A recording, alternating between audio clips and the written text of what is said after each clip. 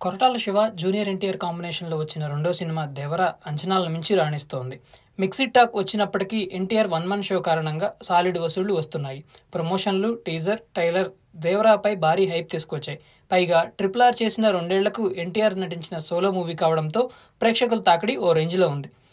కలెక్షన్లను బట్టి ఈ విషయం చెప్పొచ్చు. సెప్టెంబర్ 27న ప్రేక్షకుల ముందుకొచ్చిన 'దేవర' 8 రోజుల్లో ఎంత వసూలు చేశాడో చూస్తే షాక్ అవుతారు. దేవరాను ప్రమోషన్ కార్యక్రమాలతో కలుపుకొని 400 కోట్ల బడ్జెట్తో తెరకెక్కించారు. యువసుధ ఆర్ట్స్, ఎన్టీఆర్ ఆర్ట్స్ పతాకాలపై మిక్కిలినేని సుధాకర్, నందమూరి కళ్యాణరాములు సంయుక్తంగా నిర్మించారు. ఎన్టీఆర్ కొరటాల కాంబినేషన్ కావడంతో, పైగా ఆచార్య డిజాస్టర్ తర్వాత కొరటాల తనను తాను నిరూపించుకోవడానికి తీసిన సినిమా కావడంతో దేవరా ప్రీ రిలీజ్ బిజినెస్ ఒక రేంజ్లో జరిగింది. నార్త్, సౌత్, ఓవర్సీస్లో దేవరా డిస్ట్రిబ్యూట్ హక్కులు హాట్ కేకుల్లా అమ్ముడుపోయాయి.